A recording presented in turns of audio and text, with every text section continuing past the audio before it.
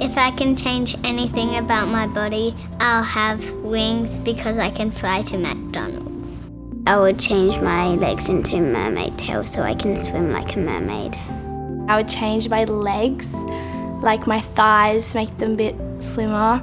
I thought labia were like fingernails, like they had no sensation.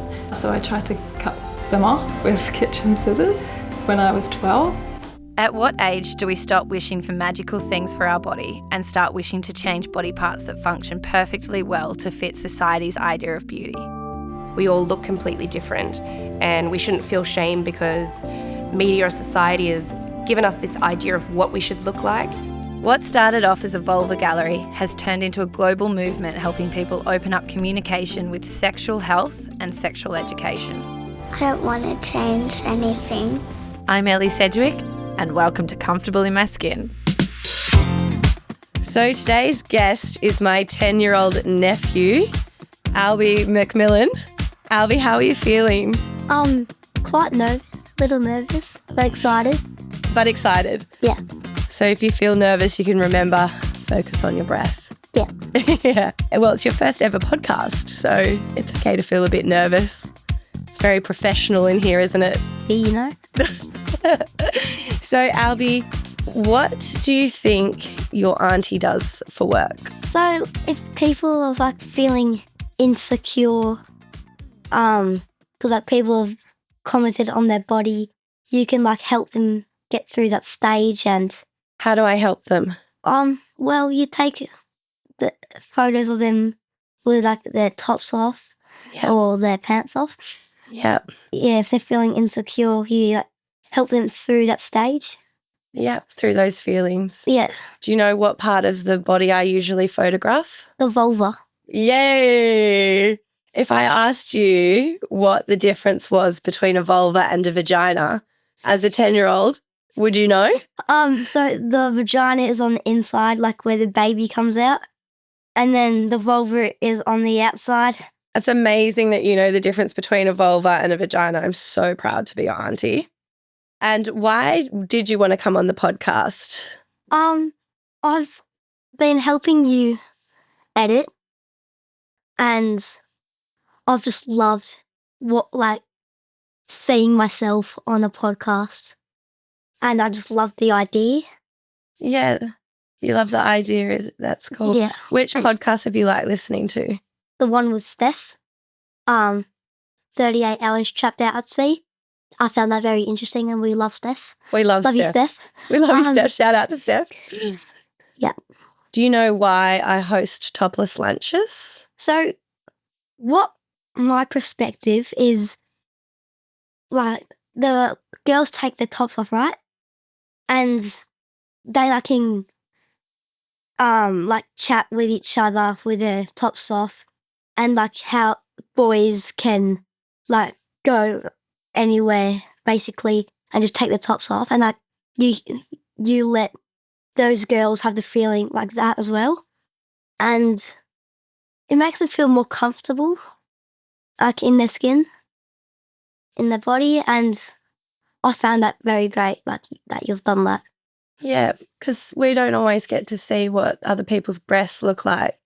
And like if they've got bigger breasts or smaller breasts or even no breasts, they can feel comfortable in their breasts. Yeah, because they might see someone else that has what they have.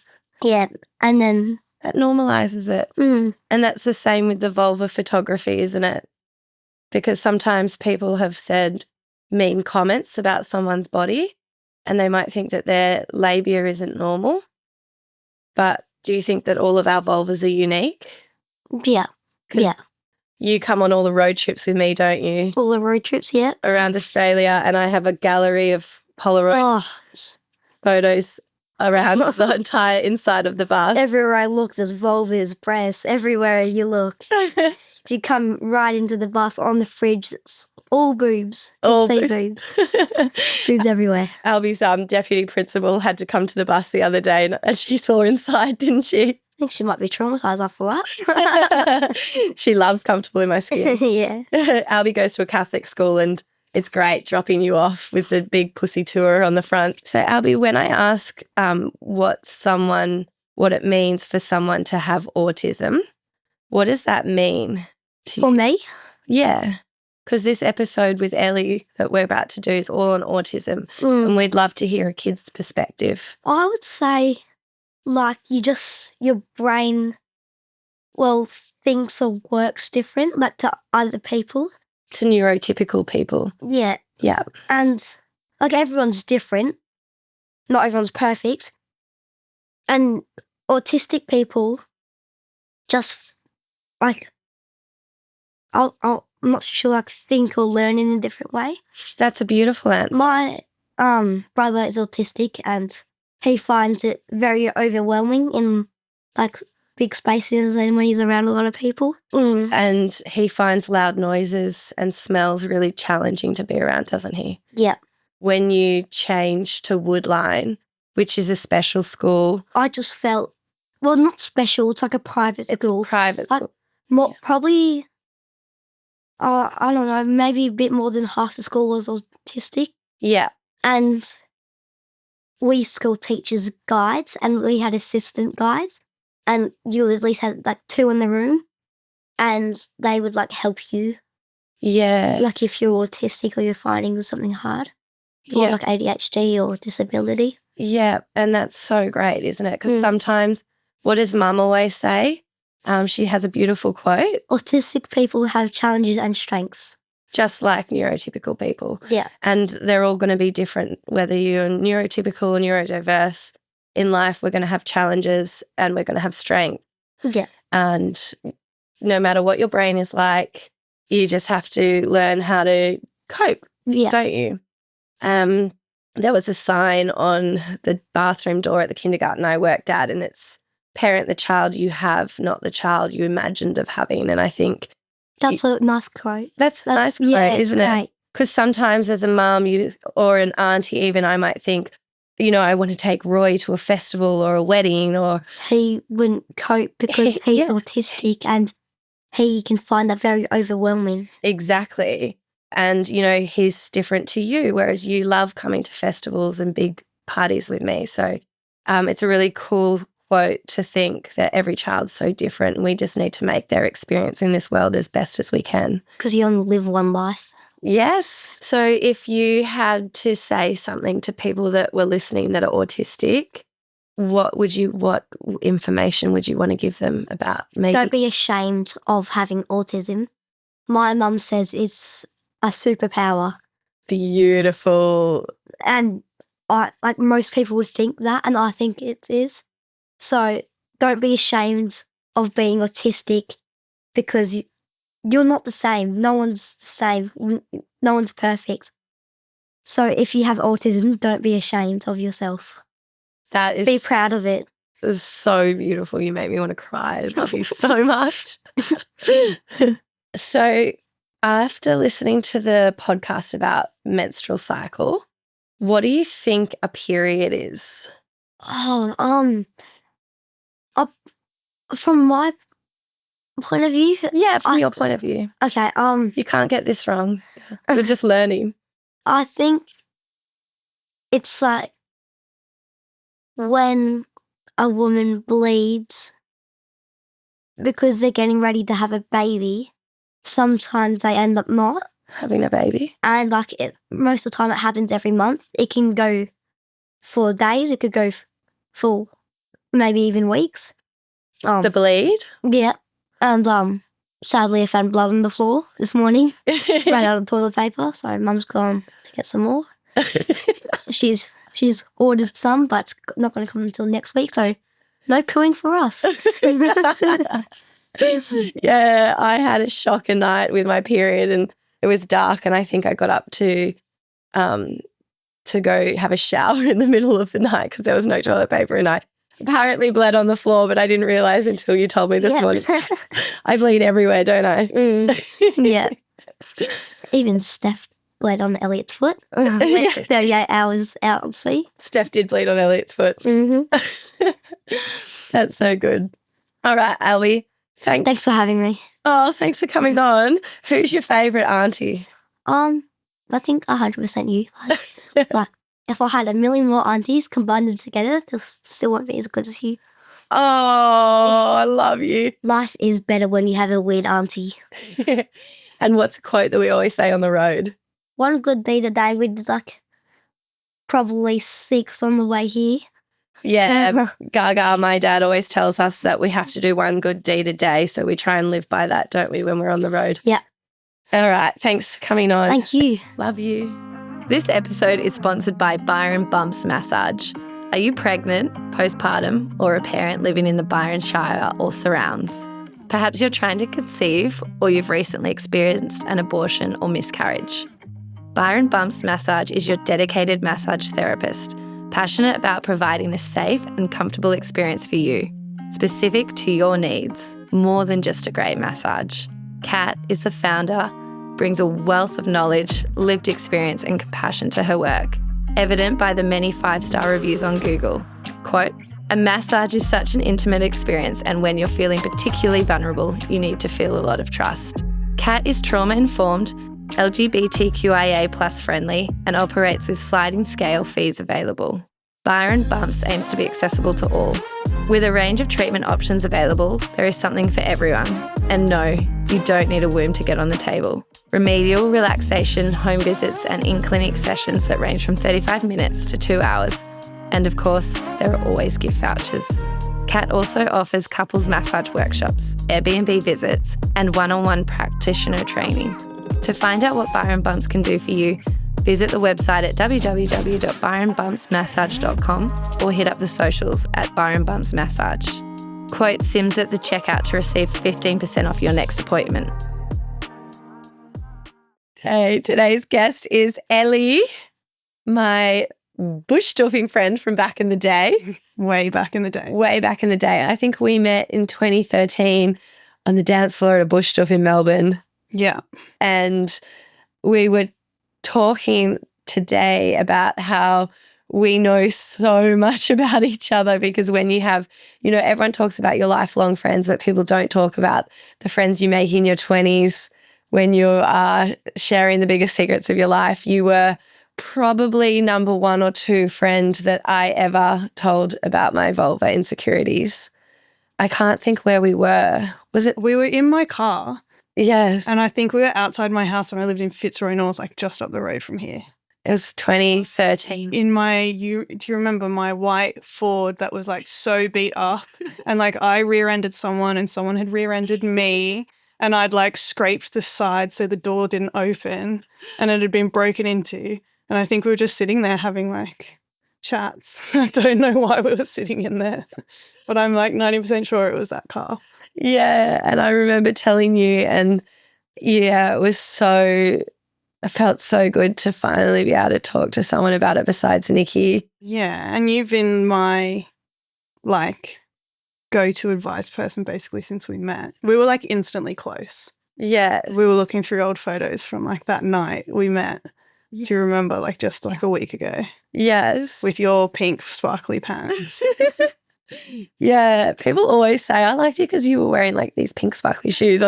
Hannah, my old roommate, said the day she met me, I was wearing pink sparkly shoes and she's like, I knew I liked you. And you're like, I knew I liked you with your pink sparkly pants. That's why fashion matters and you got to be expressive. Like you made that top that you're wearing today. And I think that's so cool. And, you know, I've been there through, which is why you've come on today specifically, because I've been there through your whole journey of finding out, getting your diagnosis with autism. And that's what we wanted to bring you on to talk about, because I used to work at a preschool for children on the spectrum with learning difficulties. And I think because of that, I'm really aware, super aware of people living with neurodiverse brains. And I've watched you go through your journey, and I just think I've learnt even more from you. And I think I can see autism, and, you know, being on the spectrum is such a wide spectrum, but I can see it in some of my other friends. And I really want to get rid of the stigma, because I think a diagnosis helps so much. But yeah, I was wondering if you could just start with your story. Yeah. I mean, Did you always feel different? Like, yes, I did. And I didn't have, like, the number one thing that diagnosis, I think, gave me is, like, the words and a framework to, like, understand what that feeling was. But, like, I, didn't feel at all, like, looking back on school now, I understand everything, obviously. But, like, I didn't feel a part of, like, the friendship group that I was hanging around with day in, day out. I would have, like, one really close friend maybe, or, like, one or two people. Like, I would be close to one person at a time rather than, like, being a part of a group. Or I'd be, like, have, like, friendships, like, with people from other groups, but it would just be one person always. Like, I didn't have, like, a network. And I then, as an adult, like, because I got diagnosed at 27. Yeah. So I think I met you when I was maybe 20. Yeah. Yeah. So you knew me for, like, a fair bit before as well. Yeah. But by the time I met you, I was kind of, like, branching out into being myself. But before that, I was, like, so self-conscious of, like, just like feeling very perceived all the time, but also, like, completely left out. Yeah. And you'd come home from school. Yeah. In primary school, I used to come home just crying every single day. And, like, mum would be like, don't you have friends? Like, are you being bullied? And it's like, I wasn't necessarily being, bullied when you think about the sense of it. I just didn't feel, I was, like, overstimulated from socializing all the time. And I'd hold on all day to fit in and then get home and like, mum was my safe place, right? Yeah. So then I'd, like, crumble. And she was, like, thinking that she needed to change my schools, like something was going horrifically wrong. But it was just, now I know that, like, my social battery was just worn down.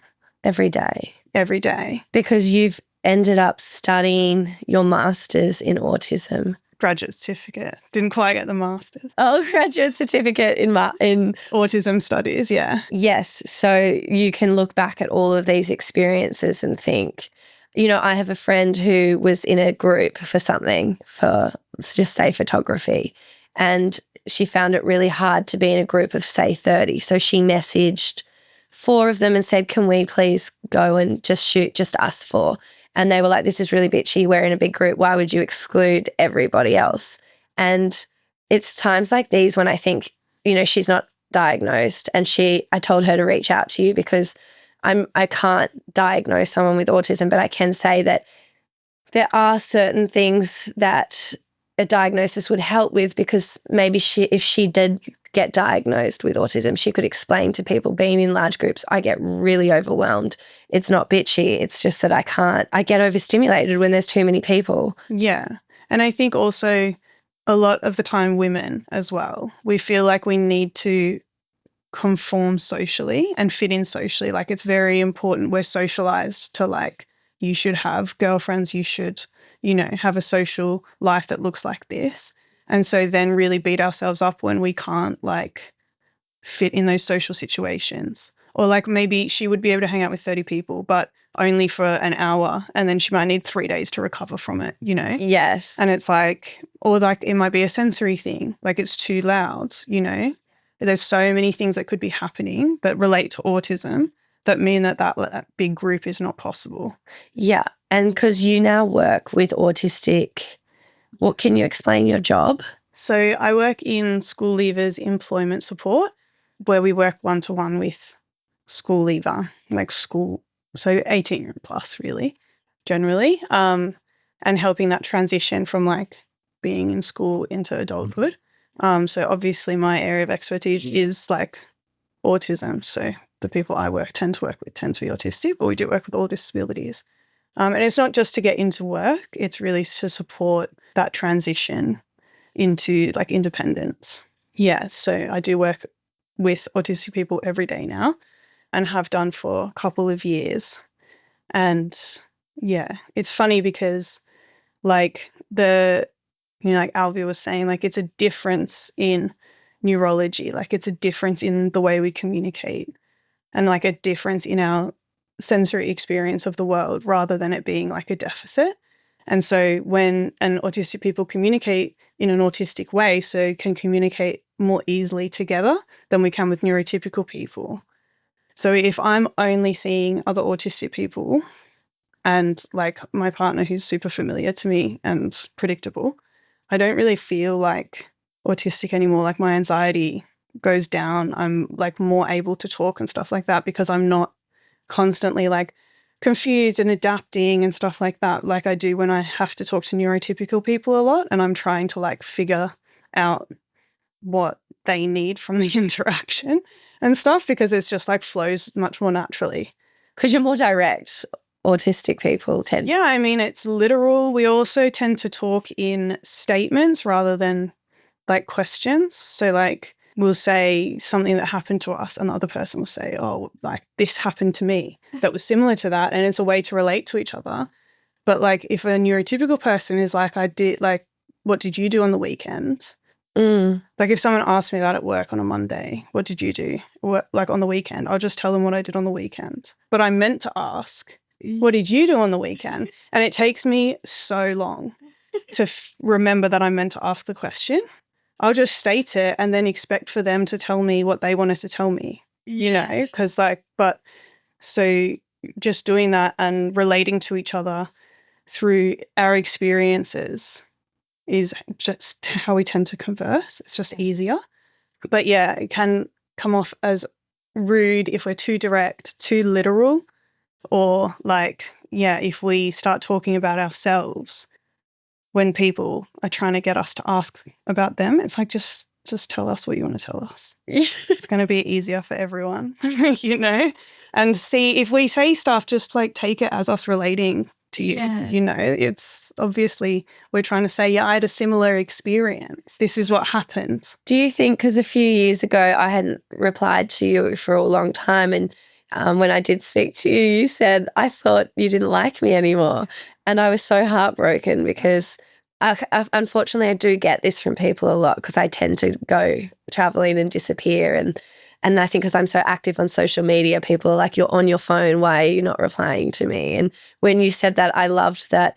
Like some of my friends would maybe avoid it, but you was just so direct. You're like, do you like me still? And I was like, I fucking love you. I'm so sorry that came across. But is that an autistic thing, do you think? Maybe to ask. To ask, yeah. Said that, then I guess maybe it is.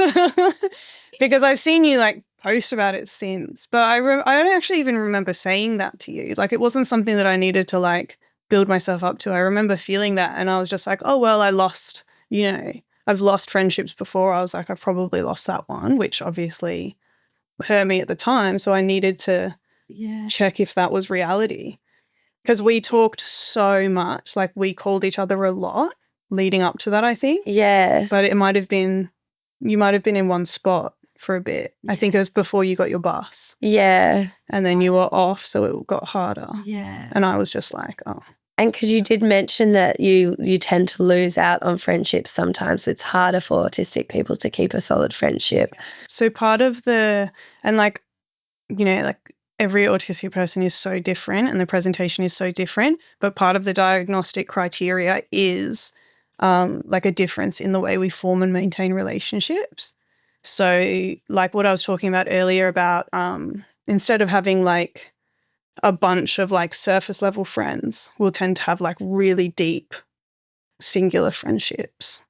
Or always found our friendship very deep. Yeah. Yeah, like instantly. Yeah. And then, but they do fall apart. And like, I find there's some times where friendships have fallen apart or soured. And because I've been with my partner for 9 years, and like things will happen between maybe even him and a person. And I think because I do come off as a bit different, people might not be able to put their finger on what it is. But I tend to get like the long-term blame for things, and people will like not put in any effort to fix things if they go sour and think that I'm being really mean or something because like maybe I'll just completely disengage. You know, if something's getting like confusing or painful, I'll kind of be like, okay, I'm tapping out. Yeah. And then But it's a lot of effort for an autistic person to chase a friendship because they are harder.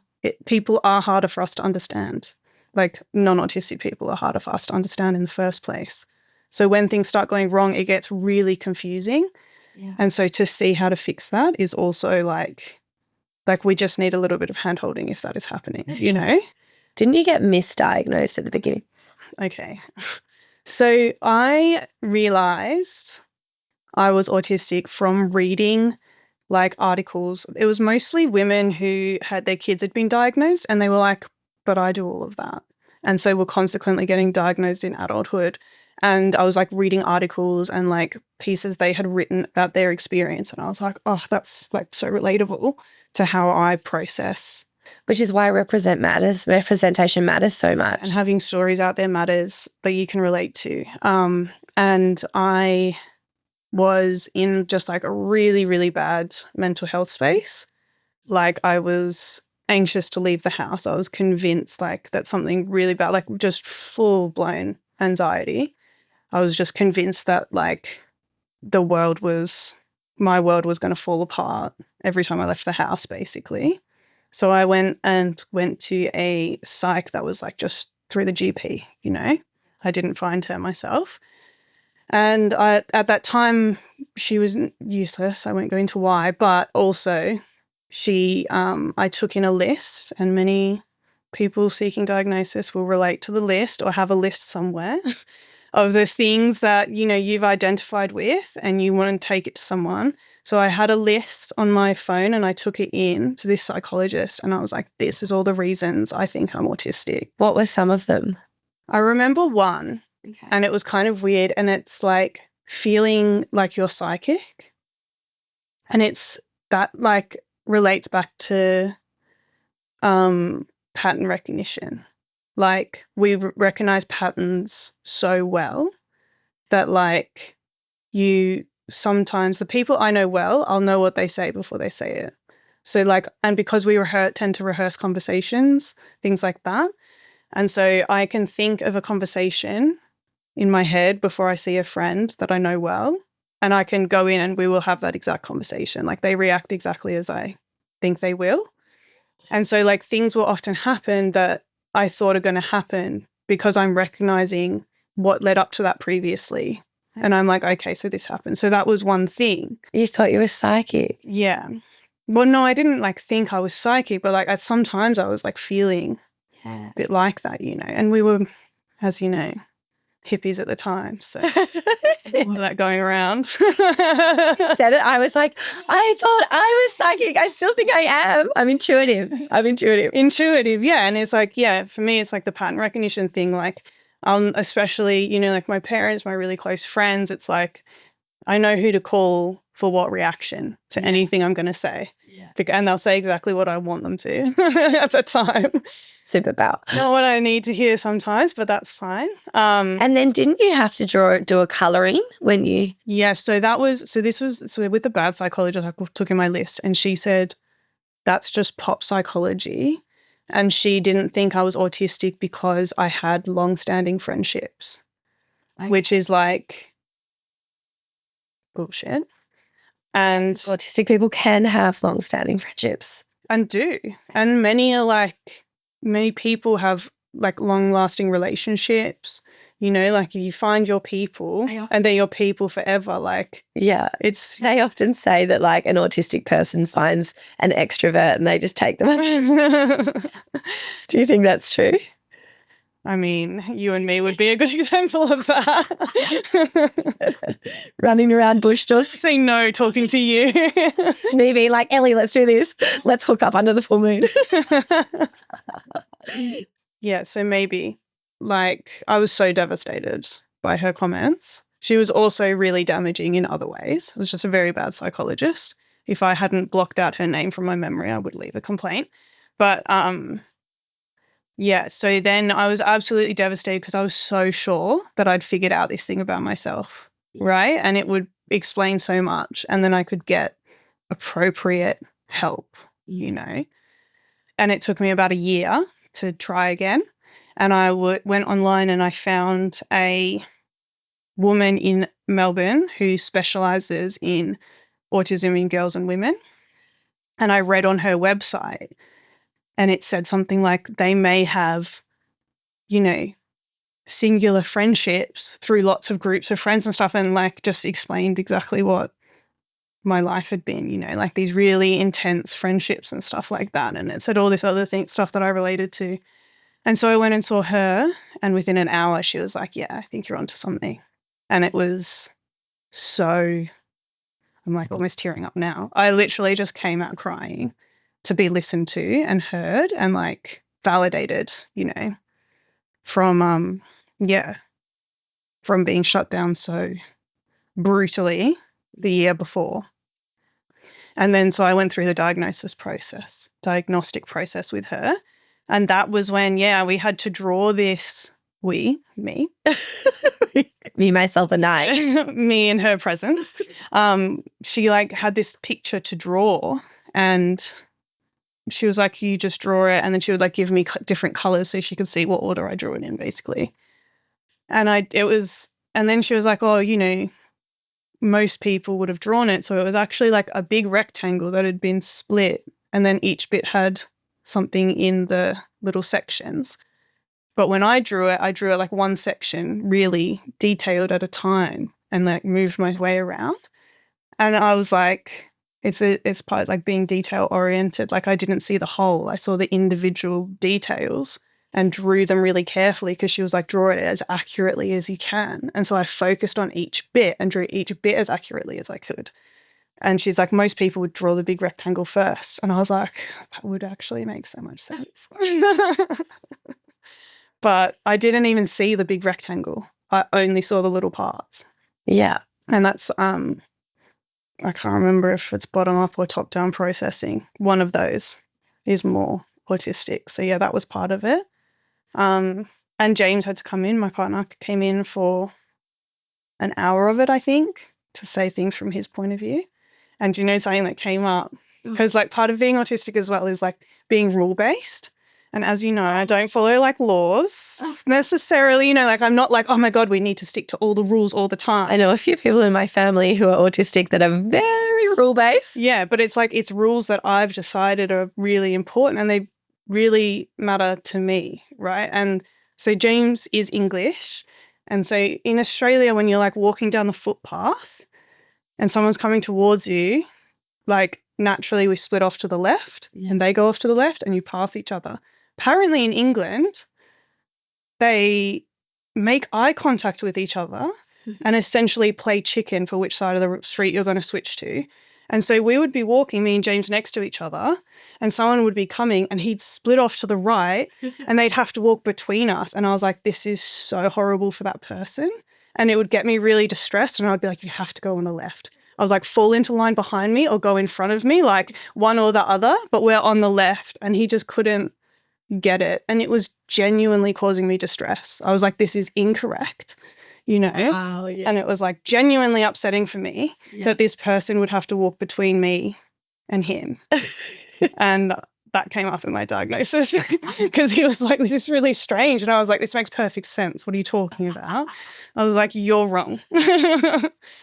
But then, yeah, we had to like sit down and I was like, what, like to the psych, I was like, should he come to the left? And she's like, you need to weigh up how, like, who's more upset by him coming, like, not going to the left. And I was like, me, absolutely, I'm right. Go to the left. And then what about, did masking come up in females? Yeah, so I was told that I use my intelligence basically to get by. So I'm manually learning all social rules and how to fit in. And therefore, like, using that and like having to be like constantly aware of how I'm coming off. And then, you know, pre-diagnosis didn't realize that I was doing all that extra work. I just thought that's what everyone was doing. And I was tired. I still am tired all the time, but I was tired all the time. Yeah. I don't know if you remember how much time I just was sleeping every chance I got. I was trying to rest because I never felt rested. And now it makes sense, you know, like every time I went out, you know, I was living in share houses. We were going to doofs all the time. Every weekend. Every weekend. Different bush stuff. Yeah. festivals, everything. Like every time I left my room, I would have been surrounded by people. Not all of them. I love the way I love you. Like, you don't drain my energy because I've known you for like 12 years now, we reckon. And so I know you well and it doesn't feel difficult. But even people that I know reasonably well can be really draining, you know? Yeah. So like housemates was a great example of that. All the time. Like you try to. Yeah. And if you're not aware you're doing it, you don't feel the tiredness from it because you think that everyone's doing that and you then turn on yourself and you're like, well, I'm useless. Like that person hates me because you feel an interaction maybe didn't go as well or whatever. And then like post-diagnosis, I was working like on the front reception of a like business center. And there was this one client who I actually got along with super well. She was really nice, but we became sort of friends. But every now and then we would have interactions that just like, I don't know how to describe it, but it's like we weren't communicating properly. Yeah. Like something wasn't flowing or, you know, and like previous to diagnosis, I would have been like, oh, she hates me and I must be a terrible person because, you know, she talked to me different or something. And now, you know, that I know more about myself, I can be like, okay, that interaction didn't go so well, you know. Maybe she's having an off day. Maybe I'm tired and so I'm not communicating as well, you know. Maybe I'm standoffish and don't realise it because the more tired I am, the less I'm going to mask, honestly. And therefore, I'm going to come across maybe as more standoffish. Yeah. I know if I'm really tired, my tone of voice drops and people are like, why are you so angry at me? I'm like, I'm literally not. I just, you know, just need to lie down. And like even my mum growing up, she was like, why are you angry? What's wrong? And I was like, literally nothing. Like I can't hear it and I don't know what you're talking about. So yeah, it's like any of those things could have been happening and it's neither of our fault. And it doesn't mean she's going to hate me. And I was able to just be like, oh, well, that didn't go well. I'll see her tomorrow, you know? Yes. So it made a huge difference in that way to me. The diagnosis. Yeah. And the understanding that came from that. So I put up a question on Instagram and a lot of people were saying if they can't afford a diagnosis, what can they do? Like, because it is very expensive. It's so expensive. I got diagnosed in 2019 and I think it's doubled in price since then. The thing is with autism, like it's a little bit different with ADHD because there's like medication to try, right? Yeah. With autism, it's mostly, you know, like behavioral. Like it's mindset changes and stuff like that. So it's valid. Self-diagnosis is valid. You know, and if you can look at other autistic people and find things that help you and validate your experience, like there's literally no harm in doing that. Yeah. But having said that, I am someone who like really I needed the diagnosis because I never gave myself permission to like use those words. Like I never even said that I was feeling anxious. Yeah. Until a psychologist told me that's what I was feeling. And now look at you, you're at parties being like, I'm autistic. And other people hear that and they, you know, you said like a few weeks ago, one of your girlfriends heard you saying that. I was at a wedding. And I was talking to people and telling them that. I was sort of like, oh, you may not have realised it, but I'm autistic, you know. And I was saying like what had happened because I was pretty stoked to have gotten the diagnosis. And yeah, somebody saw me telling my friends that, and they saw my partner looking at me with like love still. And they realized from that even if they got diagnosed, they would still be able to be loved and consequently got a diagnosis. And it's so nice to have had that influence because, yeah, it is daunting. And there is a stigma. Like there shouldn't be, but there definitely is a stigma with autism. And it's frustrating because with ADHD, it's almost become cool. It's like everybody's like, hey, I've got ADHD. But why? It's like the gateway diagnosis. Because there's up to 90% co-occurrence of ADHD and autism. Really? Like from the autistic side. So up to 90%, like 80-90%, some estimates have it that people with autism will have ADHD as well. Wow. But I think there is a little bit of a more appeal because I think about this a lot. But I think in part it's because there's a medication. And because there's a medication that kind of like implies that it's this thing that if you treat it, then you're normal. And I'm sorry if it hurts anyone, but you still have ADHD. You're still neurodivergent. And like if you know people with ADHD who are on medication, like I'm still going to relate to someone with ADHD more than I am to someone who's neurotypical, you know. Oh, maybe that is why you and me relate. There's so much shared experience in like different neurodiversities, for sure. But yeah, there is definitely less stigma with ADHD. And I have had another friend who got that diagnosis first and was like, oh, well, now I've got the medication. Like, it's just that my brain doesn't produce dopamine the right way. And it's like, actually, like medication that affects dopamine does help. But that doesn't mean that that's all that's going on. They actually discovered it, the medication. Do you know how they found out it works? How? So I'm pretty sure they were testing something on children, some medication in like the 20s or something, like a long time ago. You'll have to fact check me. I don't know that I got these dates right. They were testing something that made the kids put on weight. And so they put the kids on diet pills, which was essentially Ritalin. Yeah, Ritalin. And some of the kids got calmer when they were put on this medication, but they were actually putting the kids on medication to make them lose weight. What? And then ever since then, that's been the medication for ADHD.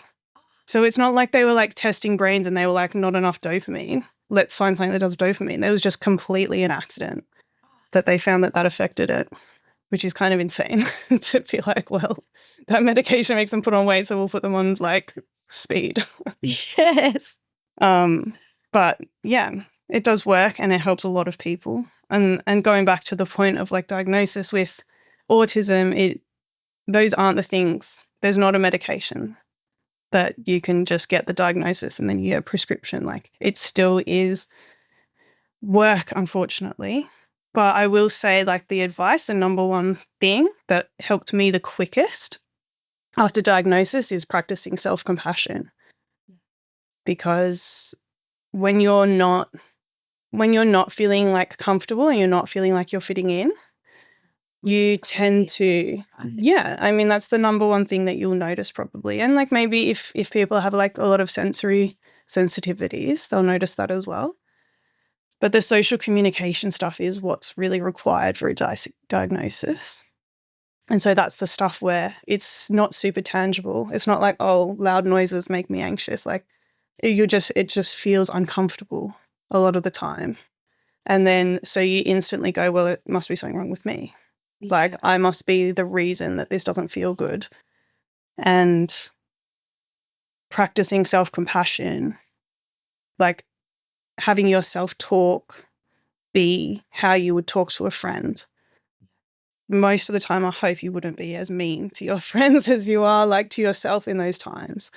And starting with that is a great place to start. Yeah. But yeah, there's also, I think with diagnosis, when you first get diagnosed, there's a sort of a period of grief because up until that point, like I thought that one day I'd find something to fix me, right? And then you find out that it's something that's permanent. And so at first it's like, it's sad because it's never going away and it's never changing. But then as you become to know more about yourself, it's like, and forgive yourself for those times that you don't feel like you fit in or that something like a social interaction doesn't go well. If you can forgive yourself for that, then it becomes, more of a happy thing because you understand why that's happening, you know, and then it's more exciting and then it's more empowering to have those words and those explanations and that framework to understand yourself. Yes, and to understand the meltdowns. Like I said, I worked at a school with all children on the spectrum, and some of the meltdowns we saw every single day. And I do know that I thought I was having panic attacks. Yeah. carries on into adulthood. Do you have any stories of adulthood when you've had huge meltdowns in public? Yeah. Well, I have like medical related trauma. So my meltdowns are triggered by doctors, or my most recent ones by reception staff and doctors. And so I absolutely love my GP, but the clinic she used to work at had the most horrible receptionists. Receptionists at medical centres, I'm sorry, but they're always so rude. They're like, where's your Medicare card? And then it's like you're being assessed by the police. You're like, I don't know where it is. And I know that they can just type in and find the Medicare number, but they make it the biggest deal ever. It's like you forgot your passport when you're traveling. It's that serious. I'm like, bitch, fucking be nice. Like, if you don't want to work in this job, don't. I'm sorry. But Medicare staff at receptionists, they're so mean. Yeah, and I had, I don't like announce I'm autistic everywhere I go. So it's like, I just hope that people are treated with kindness in those places anyway. But I'm already in a heightened state if I'm going into a doctor's office, because like one thing, I was told I didn't have autism and had to like fight and justify myself. And I feel that a lot with doctors anyway. Until I found my GP, I love you. But like, especially like male GPs, like I went in for a mental health care plan once, and on the way he was like, try not to be so sad. And I was like, that's why I'm here, buddy, because I can't see them. Yeah, he was just like waved and said that. I was like, it's so unnecessary to even say anything. Yeah. And then he just needed to be like, chin up, Chins, he'd say to me, chins up. But yeah, so and so the one I can think of is, I went in and it was like you needed to go in physically once a year or something so that you could get telehealth. It was something weird like that. And so I was going to my one in-person one in the year, and they were like, oh, that will be X amount of money. And I was like, oh, I didn't realize it wasn't bulk billed. It's a few years ago now. And like, they were like, well, it told you all this. And they started like berating me basically for not realizing. And I was like, well, why am I even here? I'm being charged for this experience. And I was like, it didn't tell me, and I went back through the booking process and I was like, look, like it doesn't tell me this is how I booked it. And I started getting like, I think I started like shaking, and I was just trying to explain myself. And she just kept being super dismissive, super rude. And I was like, look, I'm autistic. Like, I'm sorry, like I'm autistic. I just needed her to understand that like I wanted to see the doctor, but like I needed to understand how this had happened. But like I'd sort of lost the ability to explain myself properly at that point. The doctor saw me and she waived the charge because they were so horrible to me. And she was like really apologetic for that experience. But then on the way home I was like, that I held it out. I was like upset, but it affects my ability to communicate. So it affects my ability to get what I needed out of that doctor's appointment. Because she could have just been like, I'm sorry you didn't understand this, but this is standard. Like it should have been a pop-up, whatever. Yeah. Instead of just being like, you're wrong, everyone else realised, da-da-da, Okay. And so, I was like walking home, like really upset from that one. But my meltdowns, it's like you don't really realise, like I can't really remember any visual information for while I'm having a meltdown. So I couldn't really tell you what happened. It's like a really like visceral experience for me. And like I'll be crying, I think I'm shaking, stuff like that, but I don't 100% know, But I'm do have like shutdowns as well. So like I just need to curl up in a ball in my bed specifically and like be in a safe place and like have something like a show that's familiar or something on, and be able to like have nothing else happening, just like the one thing, the safe sensory environment. Desperate Housewives. Yeah, Real Housewives. That's what you watch, right? Yeah, I have been watching. I run out of seasons to watch. Do you know what is great is those flower chains that people wear around. So when you're going through like airport stuff, and I have a neurodiverse friend, Sophie, and she wears it's got flowers on it. Is it the sunflower? Yeah. Well, I think it's sunflowers, and it's like a green background. It's a green background, yeah. And that's just like the universal sign worldwide. It's recognised. Yeah. And I think we need to get that out there more. But then also with that needs to be an understanding from staff of what that person might need, like what that means, because I think just having that is, like I saw recently online, like somebody had that lanyard. Yeah. And so one of the things that you can get is priority boarding. So you're not like being jostled with people while you're going onto a plane. Yeah. And they let the person on but refuse to let their carer on. Oh. And their carer heard them like making fun of them once they'd entered the plane and stuff like that, like the staff. Wow, that's just... And like to separate them from their carer in the first place when that person's literally there by definition to care for them. Mm-hmm. So like it's, if your staff aren't trained in what that means, so like neurodiversity training in workplaces is super important. Yeah. If you're going to have people coming in. Yeah. Yeah, there's a shop in Melbourne, Tibbs and Bones, which is very funky. Got lots of doof clothes from there. And actually that jacket I always wear that's like pink and yellow, that's from there. And they have certain hours for neurodiverse people to go in where they turn all the lights off, all the music down, and you can shop in a really calm environment. Yeah. Yeah. I think that's great. Yeah. And things like just not touching people, like a lot of the time it can cause physical pain if an autistic person's touched, especially unexpectedly. Yeah. And some people like need to be touched only hard, but some like can't be touched at all, even softly. It will like crawl on your skin for hours.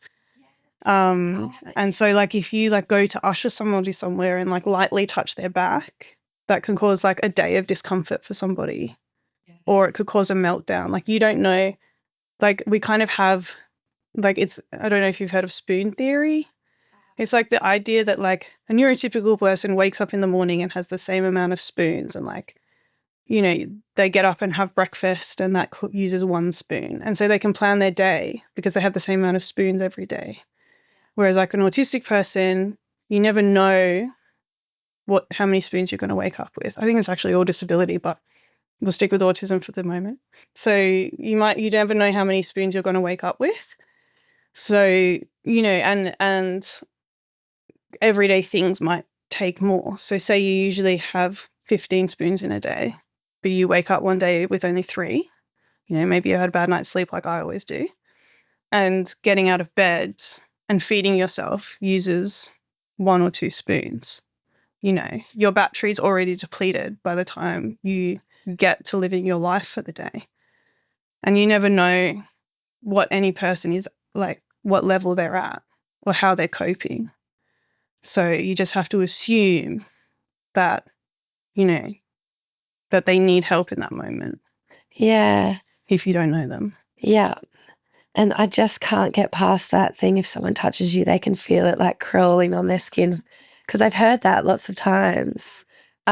So one of my nephews, Roy, he never really hugs me or anything. If he does, it's very, very rare. When I was leaving this morning, I'm going back to Sydney for 3 weeks.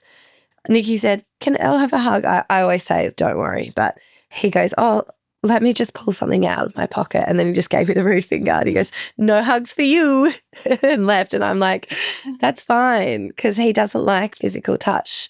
Whereas Alby's sitting on top of me 24/7. It's just so different for everybody. And that's why it's great for you to be able to express what are your, like what it means for you to the people around you. Because the spectrum is such a big spectrum. Yeah. And it's also, the other thing is it's like different from the norm. So, and that will qualify you for diagnosis. So with sensory stuff is a really good example, because you'll have people who are oversensitive and you'll have people who are undersensitive to the different sensations. So like it sounds like Alby and me, we're sensory seeking. So like I'll tend to always like have noise in my environment. I'll have a show on. I'll have something happening. Whereas other people need like complete silence because everything feels overbearing. Or like, yeah, like I'll love like back tickles, whatever. But some people like that would be literally like the worst sensation in the world. But both of those things still fall into the autistic diagnostic criteria, right? But then like obviously every single person, because there's 3 social communication criteria and there's 4 restriction of repetitive behaviors and interests. So you need all 3 of the social communication. You only need 2 of the other section, but you can be like over or under the norm in every single category. So you're going to get so many different presentations. No 2 people are alike, but that doesn't mean like we can't relate to each other, because there are common presentations and stuff like that. But yeah, the experience I think can be somewhat similar, even if we seem super different, like from the outside, when you're like observing us and diagnosing us. Yeah, I feel like the lived experience, we have a lot in common with each other a lot of the time. So someone's written in ways to navigate various systems in life, like Centrelink, there's a few questions in here. Is high functioning autism a thing, or is it just that I'm well practiced at masking?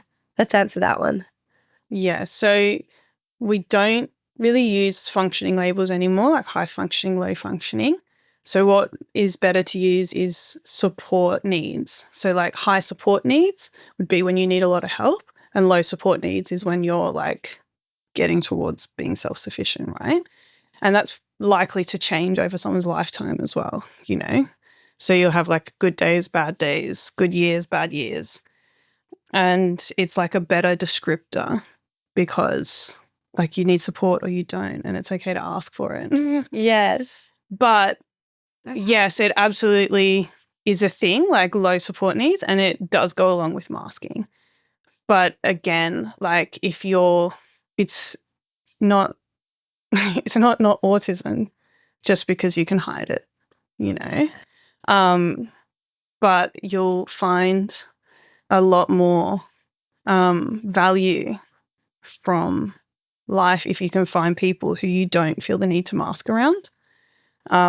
And being able to state your needs and things like that as well. Yeah. So like with my partner, for example, like there was one point where we came up with like magnets, different color magnets, and I could put different colors on the fridge depending on what kind of day I needed and how much interaction I could handle for that day, because he is a talker and he'll natter along forever until I'm like, don't talk to me. At one point we tried using that, but now I just state what I need, and I'm not like ashamed of it or embarrassed of it, and he understands why that's happening as well, and it's not a reflection on him. Yeah. But that's like an example. That's really cool. Because I would have fallen into that category. Like I am reasonably low support needs. Things like Centrelink and DIS probably wouldn't class me as being worthy of funding. I would have to fight for it. So there is 3 levels when you get diagnosed of support needs. Level 1 being the lowest, level 3 the highest. And I'm a level 1. Yeah. So level 2 and 3 can get NDIS funding a lot easier. Yeah. And so, yeah, but also I don't know why, and I've asked this question before and nobody can answer it, but forms are so hard. Filling out forms. If you're autistic? Yeah. And I think there's something about like the way questions are asked, because even in like diagnostic questions, they're asked from a neurotypical point of view. And so we'll answer them to the best we can, but you're not actually assessing if you're autistic or not if you're not asking the question correctly. And so I think there's some forms, and Centrelink is so convoluted. Like they've got this whole new website and it's still like just trying to find information. You just go in circles. Yeah. I click through links for hours because, you know, with my work, I'm often looking at Centrelink. because a lot of the people that come through will be looking at getting a payment or already have payments in place, and trying to find information on that website is a nightmare. And then you get to the forms themselves and it's like, it's just the way they phrase questions is not literal. I mean, I have ADHD and I find it very, very hard. And so I think, I think ADHD as well, you've got like the getting around to it thing. Yeah. The task initiation for something that's not going to give you a dopamine hit, you know, like, and like ADHD and autism, both of our brains are interest driven, not reward driven, right? So just doing something so it's done isn't enough. We have to be interested in the task while we're doing it. Wow, that is so me. I always have these moments when people talk about ADHD and I'm like, oh, that's me, it's me, that's me. And then there is a lot of crossover as well because both have executive functioning aspects. And I think once you kind of look into that, if you are questioning autism, questioning ADHD, like if you Google executive functions, and a big thing that comes out of it for me is emotional regulation is actually an executive function.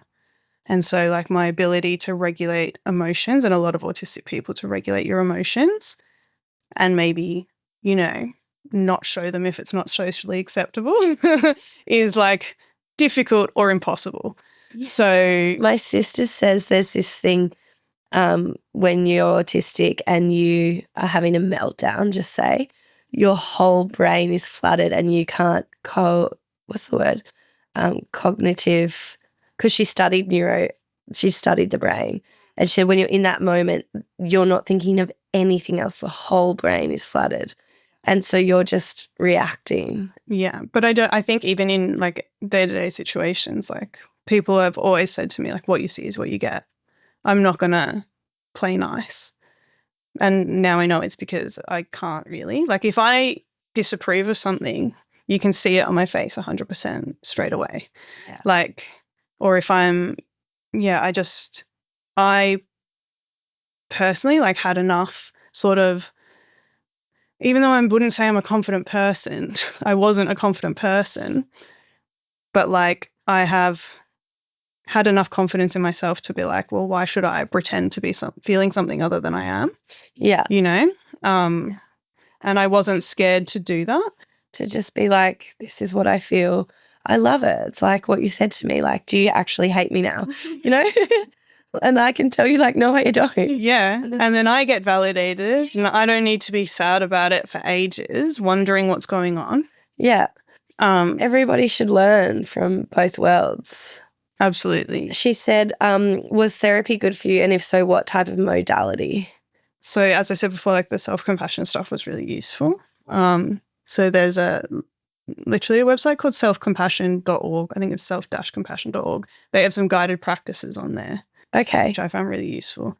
But I also have something called alexithymia, which is where you have like trouble identifying emotions. So like I'll be like, I feel bad, be overcome by just feeling bad, but I won't know that like actually I'm angry or actually I'm anxious or I'm frustrated or I'm stressed. I don't know like, and then they break up even smaller, I've heard. But so there's also things through self-compassion about learning to identify emotions in the body. And so now I know like if my chest hurts, that means I'm anxious. You know, I'll feel it physically before I know it mentally. And there's some practices on there about feeling emotions in the body as well. And yeah, I have done psych, like with varying success levels. I've just started counselling with an autistic counsellor. And I think that's going to go a lot better than trying to work with non-autistic people. Yeah. And I find it like, as an autistic person working with other autistic people, I can see the value that like not having to explain yourself constantly has. Yeah. I don't need to constantly state why I'm reacting some way or what's happening for me, because it'll be able to be recognised and I can recognise it in other people, you know? And so, yeah, I mean, that would be my advice, is try and find somebody who has lived experience of autism if you're looking for help. All right, Alby's jumping back on. Yeah, doggy. Alby, do you have any questions that you want to ask Elly?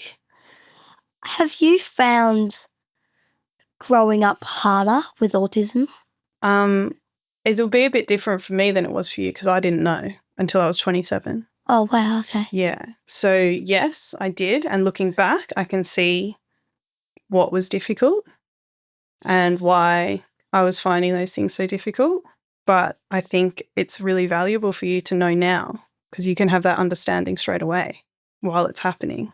Whereas I'm looking back as like an adult and being like, oh, okay. That's why I had that meltdown. Yeah, that's what that was. I didn't even know. I didn't even have that word, you know. What are some signs and symptoms, Alby, that you think show that somebody might be on the spectrum?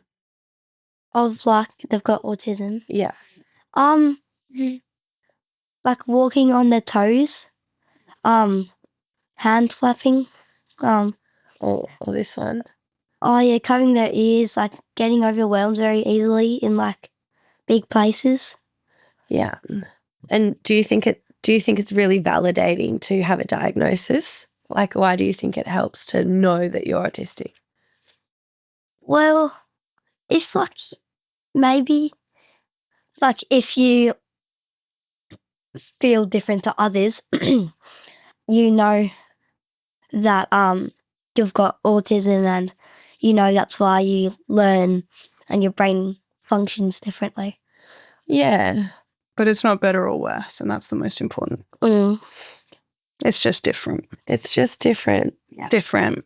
Well, thanks so much, Elly. Do you have a meme for me and Alby? Stay here, Alby. So this is like, it's like a thing. It says, apologies for the late reply to your email. If it's any consolation, the haunting guilt of not responding has weighed heavily on my overburdened conscience alongside the constant shame of failing to complete countless other tasks every day. Yours, screaming into the void, Frank.